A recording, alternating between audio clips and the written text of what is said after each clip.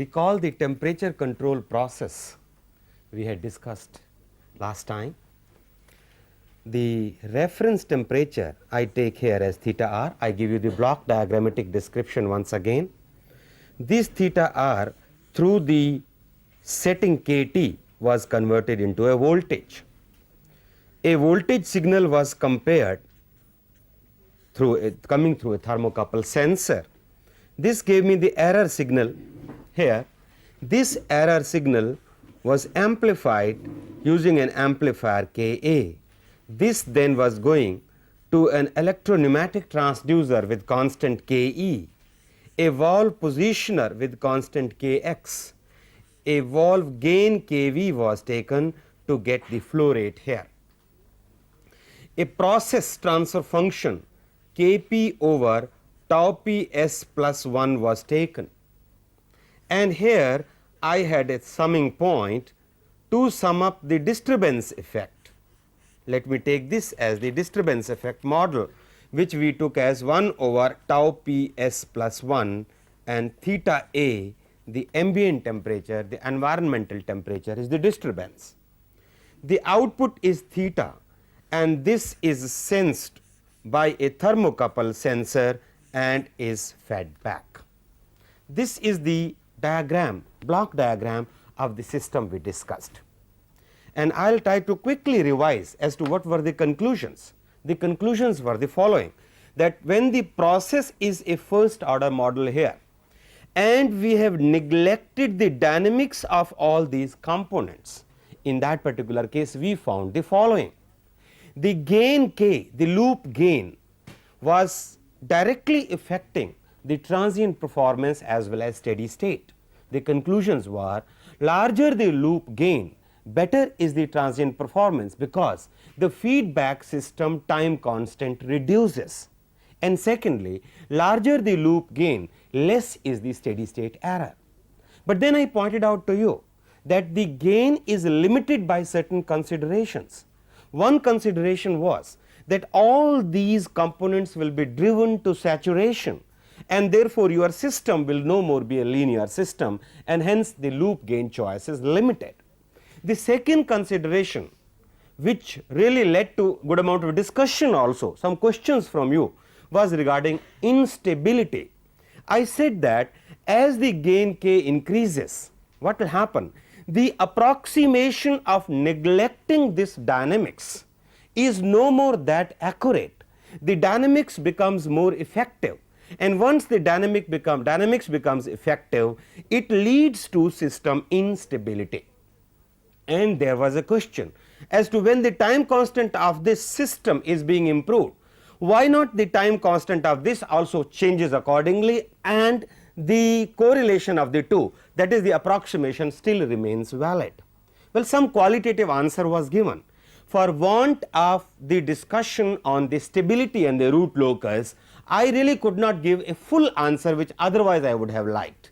But now, after reviewing yesterday's lecture, I find that maybe your intuitive information on the stability and a root locus diagram could be utilized to give a more complete answer to that question.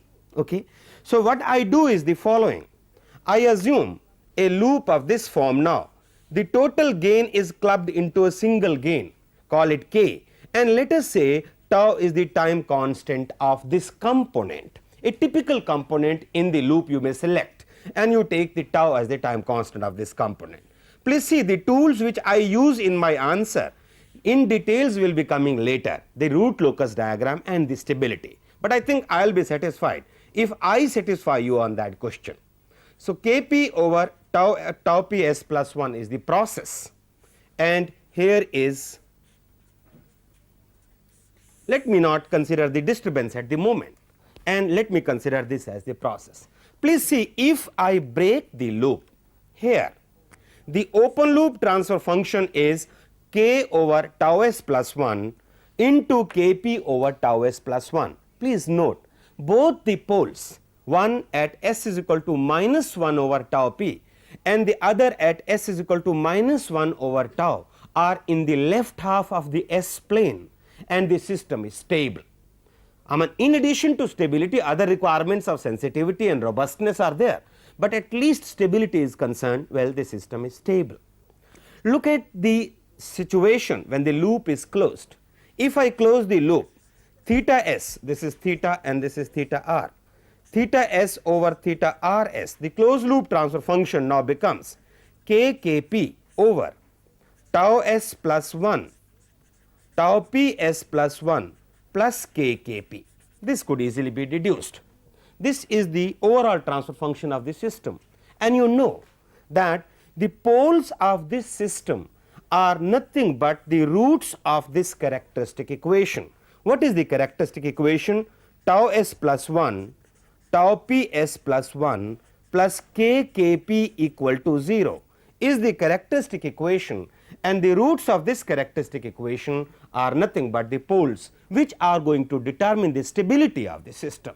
So, I want you to study that naturally through a root locus diagram we will be studying in detail later, but at this juncture I want to see what happens to these poles when k increases. So, I now concentrate on this particular equation, the characteristic equation, and study the effect of change of k on the roots of this equation and therefore the poles of the closed loop system. Rearranging this gives me tau p s squared plus tau p s plus 1 plus k k p equal to 0. Okay? Now, please see, I make a diagram as k changes, and little quantitative aspects of the problem I leave to you for complete calculation. What happens if you take k is equal to 0? The two roots which you can easily determine are at these 2 points. I need your attention here, please. Minus 1 over tau p and minus 1 over tau. These are the two roots when k is equal to 0. K is equal to 0 means, or equivalently you can say, situation of low gain, as you will see. So, these are the two roots. You will find the comment that tau has been neglected with respect to tau p means the tau is much larger than tau p. It simply means that that particular component other than the process is faster than the process. Then tau is, yes, tau is much smaller than tau p. I am sorry, tau is much smaller than tau p. It means the component is faster than the process, and tau is smaller than tau p is reflected in the two root locations. Okay? You know that if this root lies deep into the left half plane, the decay of the corresponding dynamic mode is faster compared to the root close to the j omega axis. So, if you see the dynamics of this particular system, the dynamics of the system corresponding to this particular tau will quickly decay compared to the dynamics of tau p, and therefore I can neglect tau with respect to tau p. I can neglect the dynamics of the system other than the process, and I get the simple situation. Now, let us see what happens when k increases. Please do this calculation. For a particular value of k p, you increase the value of k, you will find that the roots come here. The two roots of the characteristic equation, which are the closed loop poles of the system. The two roots come here. Please see, I mean, the situation is now complex because of the interaction under the feedback loop. Now, you increase your gain k further, the two roots go there. Still an increase of the gain will bring the two roots at the same point, that is, you get a double root. So, it means you please note that as your gain k is increasing, your approximation of neglecting the dynamics of the system is becoming less valid. I hope it is obvious now from this diagram. Maybe from my yesterday's answer it was not so obvious, because the root locus, this is a root locus diagram as it is said, and we are going to study the root locus at a later date. But from this point you see that as I increase k, the two roots are becoming closer, and therefore the tau cannot be neglected with respect to tau p. That is, the dynamics corresponding to this root is not much faster compared to the dynamics corresponding to the other root, and hence the dynamics of the other components of the system also becomes effective. Still go on increasing the root k. If you increase the k, you will see later that the roots now become complex conjugate. That is, for still a larger value of k, one root is here and the other root is here. So now you know that if the roots are complex conjugate, the poles are complex conjugate, the system response is oscillatory. So it means because of the interaction of the dynamics of the electropneumatic transducer or amplifier with the process, the response which was earlier exponential only has now become oscillatory. You keep on increasing the roots, the oscillations will keep on increasing. So in this particular case, when you have taken only one tau, the response, that is, these roots never go to the right half plane.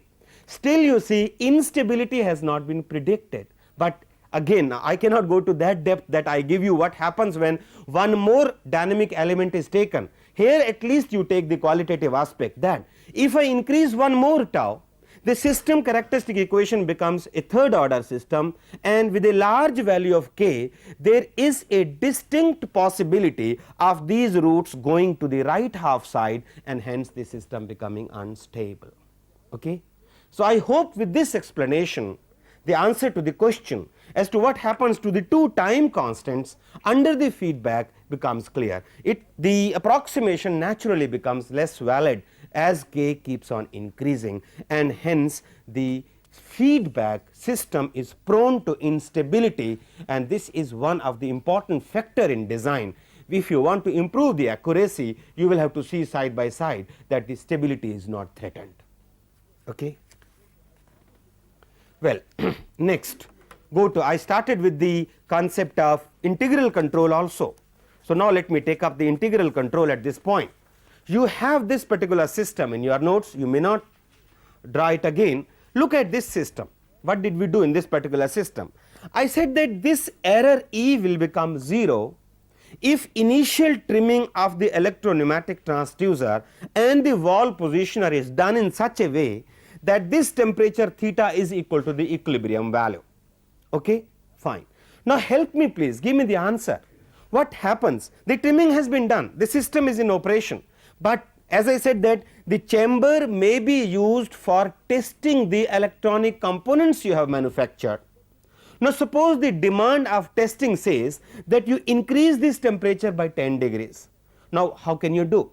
If you want to increase this temperature by 10 degrees, meaning thereby that the command will change by 10 degrees. If the command changes by 10 degrees, for the new steady state to occur, you see that you require an additional energy. That additional energy can come if and only if there is some input to the electropneumatic transducer. So it means the additional energy will come if and only if there is an error signal. See this point, my explanation please needs your attention. I want to say is that, well, the system is operating in steady state, there are no disturbances, forget about the disturbances, but still you see the demand of the output variable may change depending upon the specific application. Your demand says that you increase the temperature by 10 degrees. Okay, the 10 degrees increase will come by additional energy. So additional energy, there are two ways you see. One is this, that you shut the system down, go back to the basic elements, retrim the components so that the adjustment of the electropneumatic transducer and the valve positioner is accordingly done with respect to the 10 degrees requirement. But if your requirement keeps on changing on minute basis or seconds basis, you really cannot every time go and retrim this. You want some automatic arrangement, and to go for an automatic arrangement, the suggestion is an integral control. The claim is this, that the integral control, if you incorporate in the system, in response to your changing demands, the integral control will automatically change the trimming of the components. See this point, you will not require to go back to those components to change the energy. The automatic trimming, automatic readjustment, automatic balance of the requirements will be done by the integral control. This is what I am going to explain to you.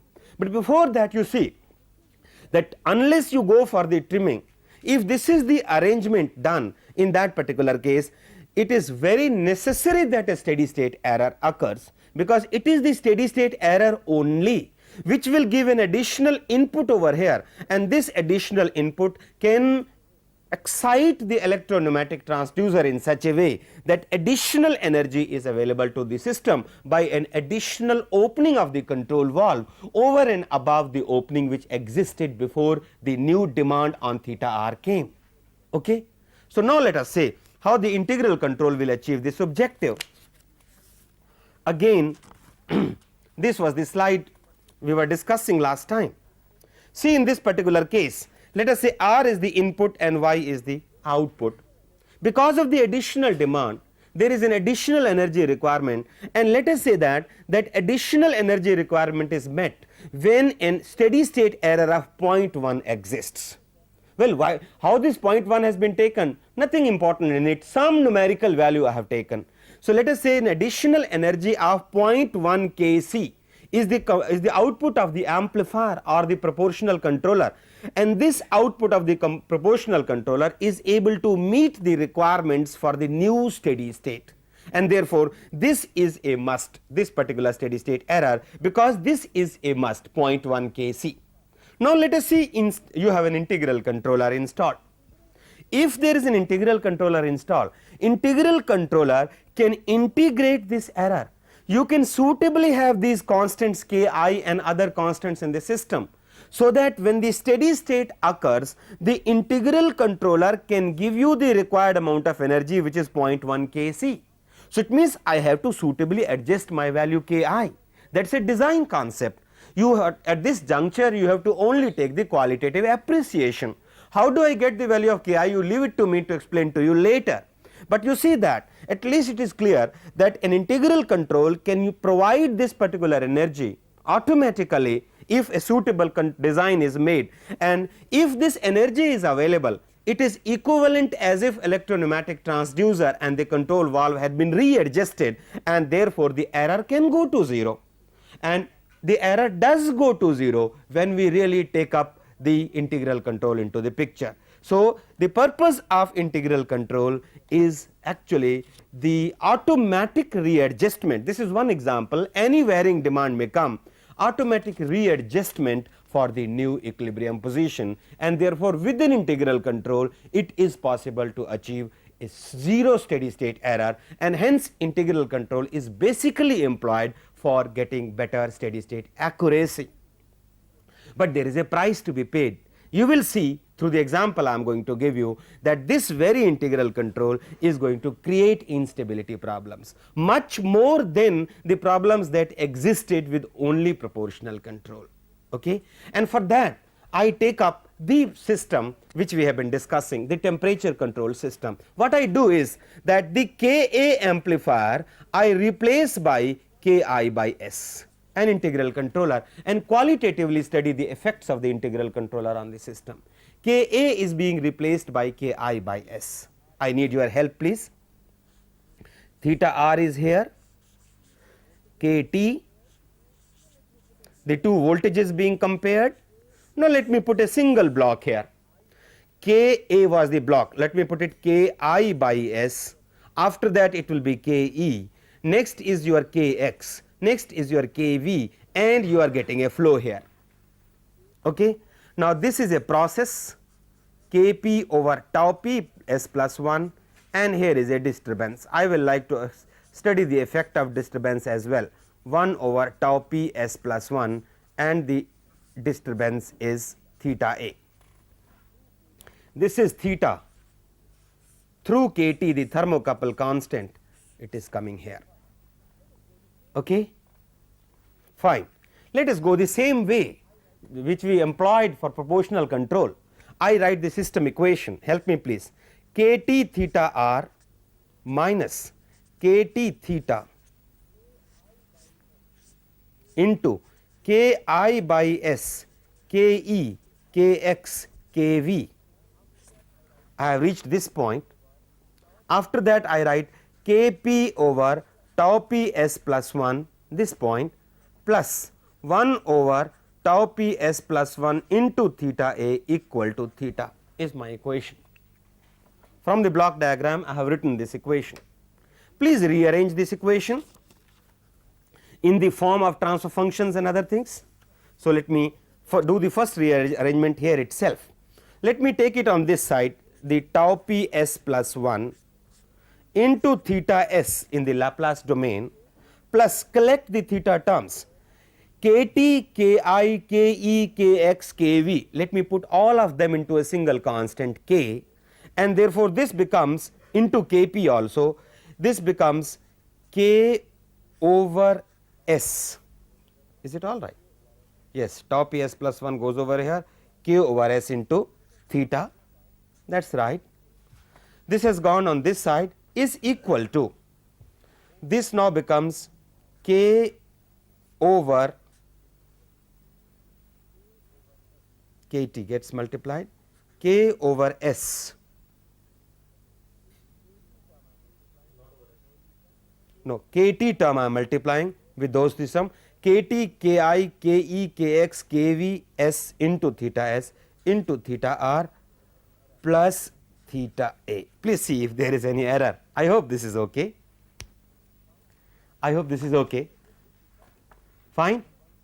I have readjusted the terms, theta on one side, theta R and theta A on the other side. Over S will come here also, please see. I am taking the multiplying this with here, Kt, Ki, Ke, Kx, Kv over x, Kp is also getting merged into theta R with tau p s plus 1 going on to this side. I hope this is okay. Fine. Rearrangement of this equation gives me tau p s plus 1 plus k by s theta s equal to k by s theta r plus theta a, or equivalently this can be written as tau p s squared plus s plus k theta s equal to k theta r s plus s theta a s.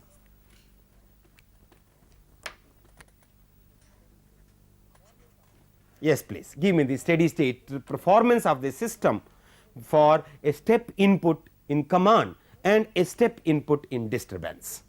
A step input in command. So, what is theta s over theta r s, please? This is k over tau p s squared plus s plus k. A step input in command means it is theta r is 1 over s, and you find that your theta ss is equal to 1 for any value of k, which was not possible in only proportional control. Theta ss is equal to 1. You just apply your final value theorem. Theta rs is equal to 1 over s, and the final value theorem says that limit s tends to 0 s theta s. I hope I need not write this step. Okay? So, it says that theta ss is equal to 1 irrespective of the value of k, and hence the steady state error ess is equal to 0 when the integral control has been employed. But still we have to see the disturbance. Come on, tell me please, in response to disturbance, well, I need not write anything, is it really visible that the output theta at steady state will become equal to 0 in response to disturbance? That is theta over theta a you take, which is s over tau p s squared plus s plus 1, and apply the final value theorem. Is it okay, please? Please see that this is theta ss is equal to 1 in response to command step, and theta ss is equal to 0 in response to disturbance step. So, it means surely if the disturbance and the command inputs are constant signals, the system steady state error is going to be 0. It is the perfect steady state performance you will like to achieve, and you have achieved it, which was not possible with proportional control. Any question on this, please? If there is any gap in these equations, that also you could ask me, I can write those equations, please. Okay. If this is well taken, then I go to the transient performance. Transient performance, let me say theta s over theta rs, let me take, is equal to k over tau p s squared plus s plus k. Now, you see that originally your system, I need your attention please, originally your system was a first order system, and theta s over theta rs was there for that system was k over tau p s plus 1 plus k. Please see, assuming that the model is okay, let us first assume that the model is okay, then we will introduce other dynamics. If the model is okay, you will find that for this particular system, the pole of the system initially is at -1 over tau p, and it goes on to this side as k increases. I am exploiting your intuitive knowledge of how to make the root locus diagram without actually defining what is a root locus diagram. So, you see that when I take k is equal to 0, the pole is at -1 over tau p, and when I increase k, the closed loop pole of the system is going down deep into the left half plane, and a pole going deep into the left half plane means that the system response is becoming faster and faster. So there is no constraint, there is no limit, assuming that the model was correct. But now look at this situation, look at this, that is k over tau p s square plus k plus 1. In this particular case, if I make a root locus sketch, the two poles are at k is equal to 0 and k is equal to minus 1 over tau p when s is equal to minus 1 over tau p when k is equal to 0. Please see, I am at this point and this point. You will please note that the response due to the pole at the origin will never decay, it is a constant response. So it means if there is a pole here, the transient will not decay. Now you increase your k, if you increase your k, your poles are moving like this, still an increase, your poles are moving like this. So if your poles are moving like this, and there will be a k when the poles will bifurcate and will become complex conjugate, all now happening because of the integral control. This is all now happening because of the integral control. Now there are two poles and the poles are moving like this. If the poles are moving like this, one aspect you may please see, in this particular case it was possible to drive the pole to the left half plane wherever you want it. So it means there was no limit in improvement in the transient performance, while in this particular case at the most you can drive your poles at this particular point. You please note that the response is, I am making a statement, the response is dictated by the pole closer to the j omega axis, because it is the pole which decays, which takes more time in decaying. The pole which is farther away from the j omega axis takes less time for decaying. So it means as far as the transient performance is concerned, it is dominated by the pole closer to the j omega axis, other pole has got relatively less effect. And now you can see this particular pole can be driven anywhere you like, while this particular pole, that is the dominant pole, that is the pole closer to the j omega axis, can be driven at the most to this particular point. So it means one thing, you are fixing a limit because of the integral control. Now there is a limit on the improvement in the transient performance which you can achieve. Not only that, if you increase the k to, in this particular case, the response becomes oscillatory. Okay. In this particular case, the poles are again not going into the left half plane, right half plane, but you see an integral control has converted your first order system into a second order system. Now even if single more time constant becomes effective in the system can become unstable. Even if a single time constant, in the earlier situation a single time constant was not creating that bad a situation, but now even if a single time constant becomes effective in the system, in that particular case it becomes a third order system and instability is distinctly introduced into the system. So it means it is visible from here that, though it is a simple example, from this example it is visible that integral control is having many a times, will have many a times negative effect on the transient response of the system, or limiting effect on the transient response on the system, and can even lead to instability of the system, as is qualitatively explained to you, though it is not visible from the example we have taken, this being a very simple example.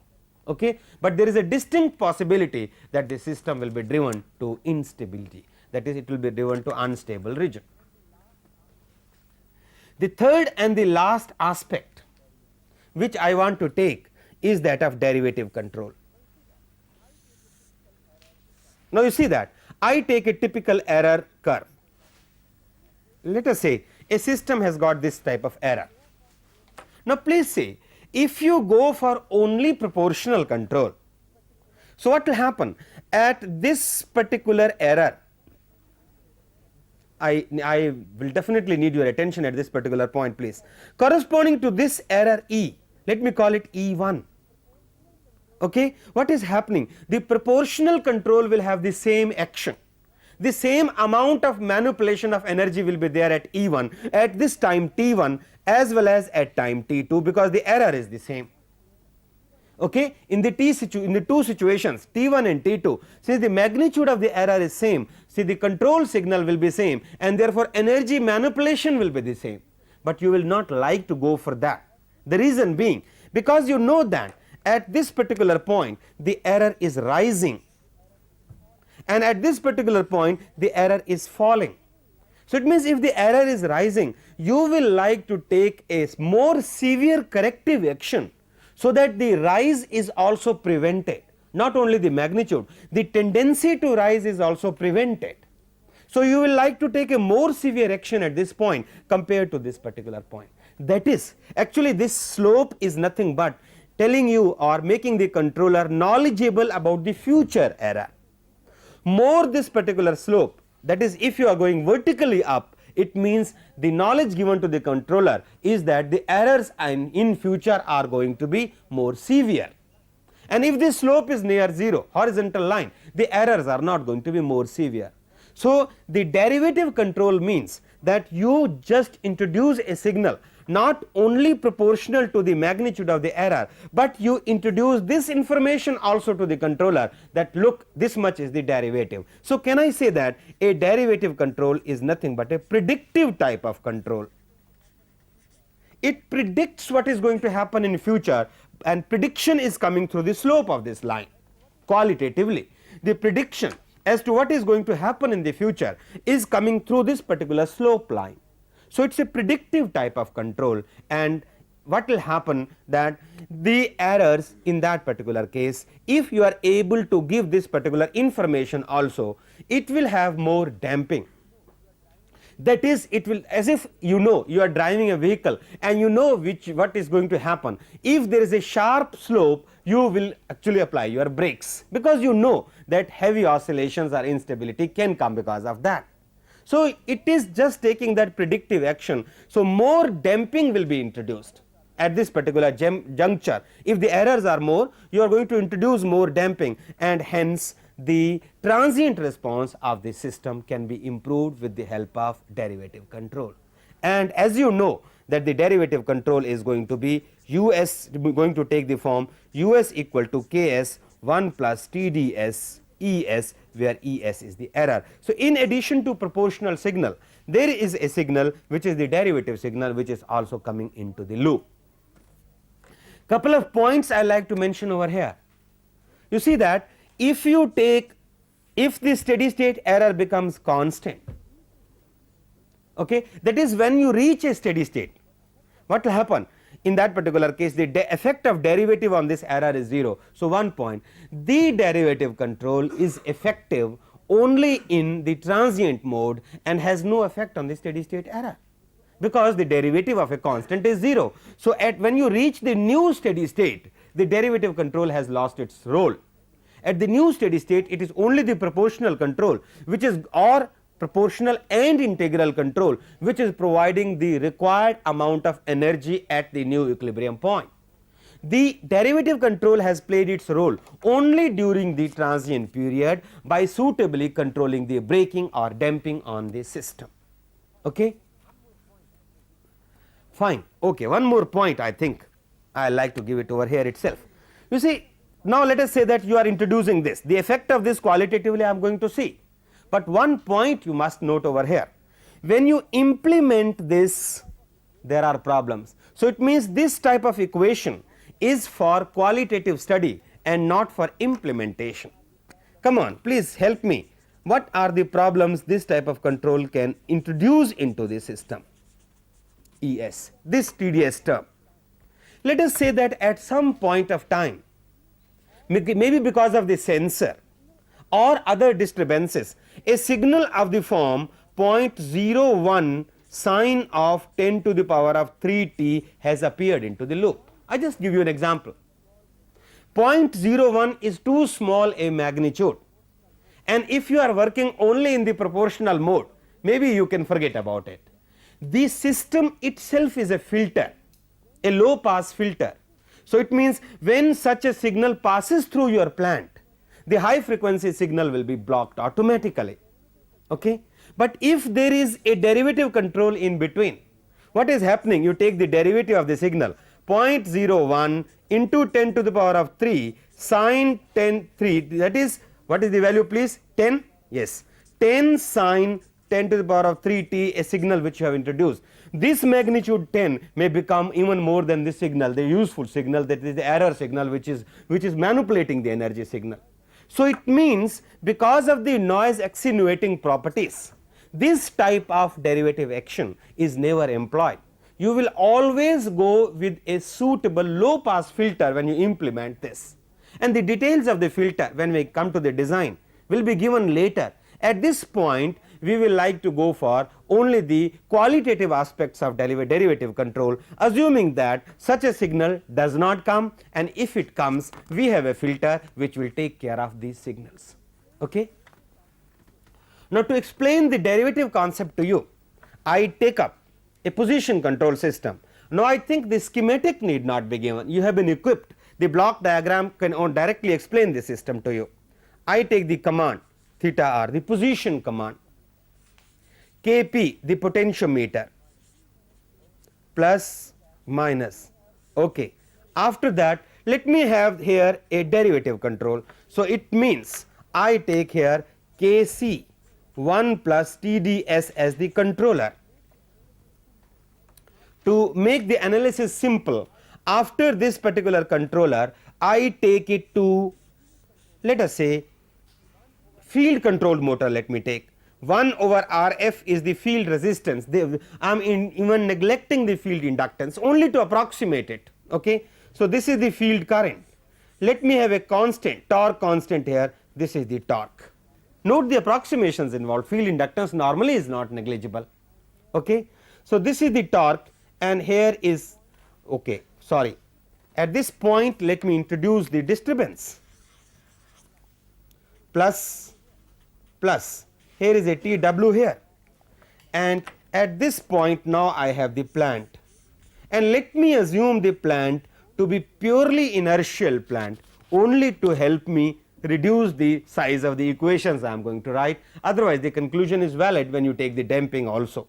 So this is theta, this theta is being picked up from here by a potentiometer and is available for feedback. Okay. The approximation should be clear to you, that I have just taken only to make the life simple as far as mathematics is concerned. Fine. Give me the equations please. Kp theta r minus Kp theta into Kc into 1 plus Tds Kt by Rf plus Tw 1 over Js squared equal to theta. See this point, I have simply followed the loop and I have written this particular equation following the loop. Okay. Anyone who is able to detect any error in this equation, I hope this is okay, I have not made an error. Now I do the same thing, I manipulate this equation, take all theta terms on one side. So Js squared theta, Js squared has been taken on this side, plus this theta term multiplied by Ks. So it is Kp, Kc, Kt by Rf into 1 plus Tds into theta. Kp, Kc, 1 plus Tds is here, Kt by Rf, this is fine. Now you take, this is equal to, theta terms have been taken on this side, this is equal to Kp, Kc, Kt by Rf 1 plus Tds into theta r plus Tw. I will rewrite this on the next slide, but I think it is clear here, Kp, Kc, Kt by Rf 1 plus Tds theta r plus Tw. What I am doing here now, this total thing I am replacing by a single constant k. So in terms of the single constant k, my equation becomes Js squared plus k Tds plus k theta s equal to k 1 plus Tds theta r plus Tw. This becomes my equation please in terms of the single constant k, manipulating the earlier equation. Now you can write in terms of the transfer function. First let me take it with the theta by theta r equal to with respect to the step input, please, k over 1 plus TDS over Js squared plus k TDS plus k. Help me please, give me the indices. I told you that as far as second order factor is concerned, the personality of the system is described by zeta and omega n. Come on, give me the personality parameters for this system. The omega n becomes equal to k by j under root. Okay. How about zeta please? 2 zeta omega n is equal to k by j, and therefore zeta. Come on, give me the expression please to make you active in the game. Give me the expression. I want TD also to appear over here, which will naturally. Just see TD by 2. Since I remember the expression, it is for you to verify k by j under the root. So now you find this, you can verify later also, you see, if you are not able to do it immediate adjustments. Is it okay or there is any error? Yes, 2 xi omega n is equal to k by j. Oh yes, oh yes, oh yes, oh yes. Since I remembered the final expression, so earlier expression, even if it was wrong, I could write it. I simply out of memory wrote this expression, that is fine. 2 zeta omega n is equal to k Td by j, and hence from this expression the value of zeta can be obtained. Okay. Now you please see that it is visible, the effect of the damping, the effect of derivative control on the transient response is visible over here. You can increase the value of zeta, that is, you can bring the undamped or underdamped system towards more damping, critical or over, depends upon the specific application, and therefore the derivative control, it is very clear, is going to improve damping of the system. Okay. One point here, I think the last point, and I have margin to explain that last point, is the following. I told you filtering problem, there was a problem in filtering. You see that though the denominator is a second order term, your attention please, at least those of you who are actively involved in this, your attention is needed here. You see, in the numerator 1 plus TDS is there. So what will happen if you give a step change in the command, a step change. Suppose your requirement is a step change, from your antenna you are moving from 10 degrees location, you suddenly want it to move by 30 degrees because the enemy's plane has suddenly taken a turn. So you want to move, you want to change it by 20 degrees suddenly. So in that particular case what will happen? You will please note that this step signal is multiplied by TDS, and therefore a spike, that is a signal, an impulse type of signal of large magnitude will be injected into the system, which is undesirable. Though the feedback action will take care of this finally, but you see you are creating a disturbance and then solving it. So this particular problem is there in this particular type of control, that this theta r, when you give a step change in command, TDS theta r is the signal in the loop, which is a signal of large amplitude and short duration, and this particular signal is not useful, is going to create disturbance in the system. So what is the alternative? A beautiful alternative you already know, that is why I said that I like to give this, and that alternative is the following: theta r plus minus, do not mind the word beautiful, it will really turn out to be beautiful, you will appreciate this, you will find this. Kp I am merging it inside. Let us say, what were the other constants please? The other constants were Ka, let me use an amplifier only. So the so called beautiful answer uses the amplifier in the feedback forward path, and therefore the so called TDS does not appear. So this is Ka, and after that I have Kt over Rf. So I have the torque over here, and plus Tw, and here please see 1 over Js squared, let me split it into 1 over S and 1 over S. This is my theta. Now you see that this particular signal in a position control system is physically available to you through a tacho generator. So if I take this signal here, from here I should have introduced a loop over here.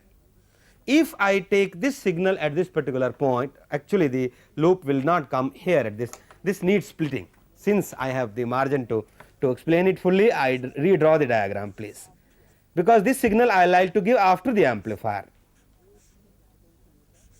Kp a potentiometer, this is amplifier. Now let me introduce the signal here. So that is why you see redrawing the diagram became necessary. This is the signal I am taking from the feedback loop. This signal now is being given to the field circuit 1 over Rf. This is the time constant, the torque constant Kt, and here is my Tw, the disturbance 1 over Js I am writing here, 1 over S I am writing here, this is theta and is being fed back. Now you see what I was saying in this through the earlier slide is the following, that at this particular point, that is on the motor, if you install a tacho generator, the speed omega, a signal, a voltage signal proportional to omega is available, and that omega can be fed back. If this is tacho generator constant Kt, this omega can be fed back here. And now this very diagram which I have drawn over here can be redrawn in the following way: theta r plus minus here Kp Ka, a feedback signal at this point, Kt by Rf, Tw 1 over Js squared, let me put it now, this is theta. Is it not equivalent to Skt putting here? That is a signal which is proportional to the derivative of the output has now been injected. You have avoided the signal which is the derivative of the command, which you do not need really. In your control scheme, you do not need the information on as to how the derivative of the command signal will change. You want to need the information on the derivative of the output, so that you can predict what is going to happen in future. So Skt has been introduced over here. Now this is equivalent to the derivative control, but this Skt appears in the model. In an actual system, no derivative is being taken, because tacho generator is a physical device which is giving you a voltage signal which is proportional to speed. So the derivative action is inherent in the operation of the device, and the problems of generating a spike because of the derivative or even the noise problems have been taken care of by introducing this type of scheme. But please note that this type of scheme is not applicable everywhere. If you have a process control system, a temperature control system, you do not have any signal which is theta dot inherently available in the system. So I said that if possible you go for this scheme, but it does not mean that this scheme is replacing the original scheme. The original scheme cannot be replaced, because in every application we may not be in a happy situation of this type, that a signal which is proportional to the derivative is available to you without actually taking the derivative of the signal through an electrical circuit. Why was the spike appearing in all? The spike I said will appear in the earlier scheme. I will go back to the scheme. In this scheme it will not. In the earlier scheme, this spike will appear in the following way. Suppose you give a step change in command. If you give a step change, the system was in steady state and theta is equal to theta r, let us say. A steady state has been applied. Now theta r minus theta is equal to 0 at step. Now if you give a step change in command, theta does not change instantaneously, but theta r changes. So since theta r changes sharply, instantaneously, it means the derivative of that signal will be taken through this particular electrical circuit, and this is injected into the plant.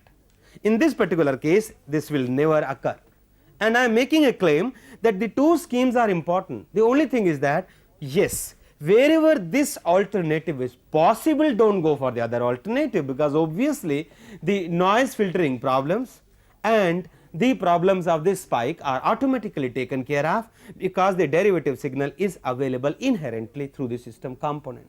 However, as I mentioned to you, that you may not be in such a situation always, particularly in process. In motion control applications, yes, But in process control applications we are not as lucky, and we have to go for that derivative. However, we take a suitable filter even to filter out the effect of that spike or the change in the command signal.